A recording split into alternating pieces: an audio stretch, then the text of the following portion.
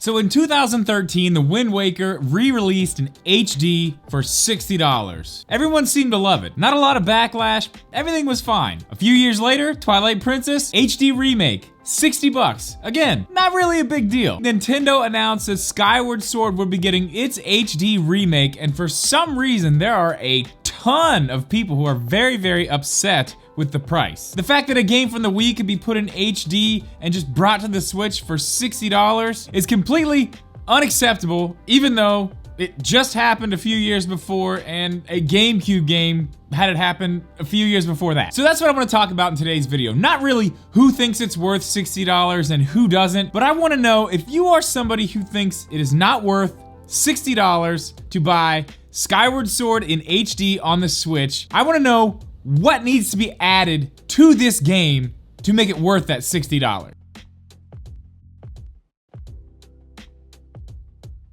What's up, guys? Welcome back, or welcome in for the first time. If you are new here, do me a favor, jump down in the comments, click the link to our Discord. We're in there literally every day, talking about all kinds of things, including this subject. So click that link and we'll see you in there after this video. So to jump right into this subject, yes, people are very upset that Skyward Sword HD is going to be $60, which I do find very strange because we just had it happen on the Wii U and I didn't think it was that big of a deal then, and it didn't really seem to be that big of a deal. But as I said, my question is, what is it going to take for the people who don't think this game is worth $60? What does this game have to have? And I figure the best place to start there is go back and look at those other two games and see what they had added in. So let's go ahead and start with The Wind Waker. So as we know, obviously, $60 price tag. We get that out of the way now. So another very obvious one, HD graphics, we know that. And then they also added the Swift Sail, which helped you get pretty much around the map way faster. You didn't have to change the direction of the wind to get going in a certain direction, so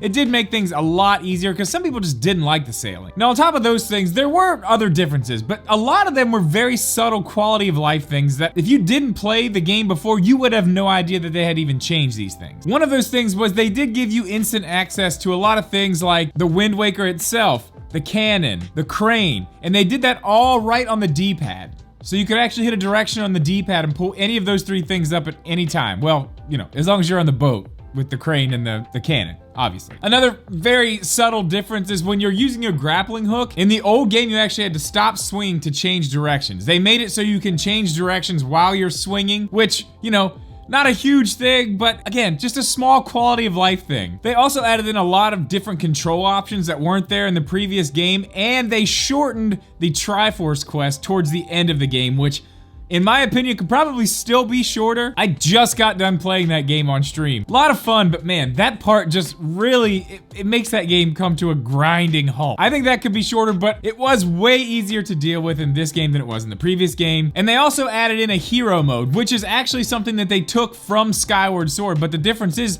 they give you hero mode right up front when you're playing Wind Waker HD. And you can actually switch from regular mode to hero mode right in the pause menu. So if you're having trouble in hero mode, you can actually just get out of it and go back to regular mode. And obviously being on the Wii U, it had all the touchpad stuff. You know, you had all your inventory, your items right there on the touchpad, which was very nice. And I will say, after playing the Wind Waker on the Wii U, I do miss that. That is a very nice feature to have everything right down there instead of having to go into a pause menu. And Twilight Princess also had that same exact thing, which was, again, very nice. You know, you didn't have to go to a pause menu. Huge quality of life upgrade. That's something we're not gonna get on the Switch, unfortunately, if we get all these games, which that does kind of suck, but it is what it is. With Twilight Princess, they did make all those quality of life changes with the controls, you know, just refining things, making things better, but they also added a whole nother dungeon with the Wolf Link amiibo, which I know wasn't free. You had to buy the package with the amiibo in it as well, so that was more money, but there was another dungeon. So they did do a little bit more there. They did also lower the amount of tiers of light that you had to get in the Twilight Realm when you were Wolf Link. Originally it was like 16, they put that down to 12, which made those parts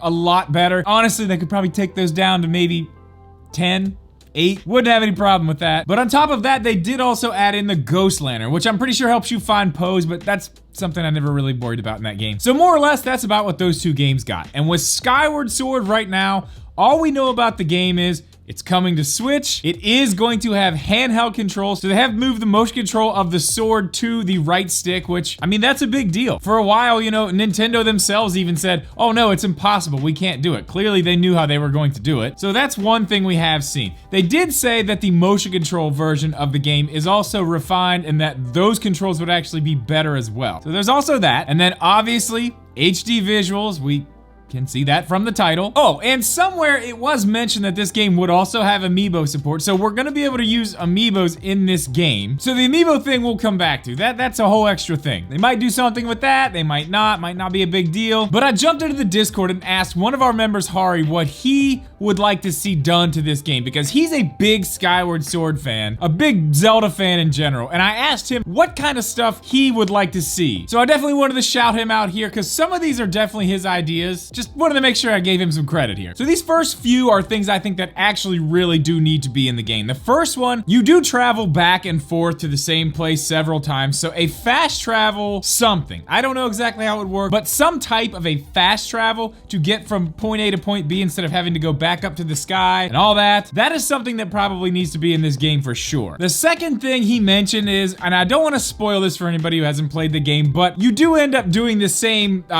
fights, we'll just say that, a few times in the game. I think those definitely need to be changed. I don't see why those couldn't be changed up. You know, maybe add a cutscene in. So maybe that person that you're fighting or that thing that you're fighting several times, you know, maybe just bring somebody else in to fight you instead. It would be a really good idea for them to maybe do something with different bosses, or maybe just some different scenarios where you're not fighting the same person, you know, more than once in the game. I think that could probably be easily done. Now, will they go that far with it? I don't know. We'll have to wait and see, but definitely a good idea. Another thing he brought up was to add more things in the sky area because it's empty. They could definitely do that. That would be very easy as well. I don't know exactly what they would add. You know, it's not my job to know, but I think that could be something that would be much appreciated and definitely give that area, you know, just more going on. Now, as I said, I did see where they were going to give this game amiibo support, and I'm pretty sure we do already have the Skyward Sword Link as an amiibo, so that's one that might be used. I'm sure the other Zelda amiibo will be used as well, but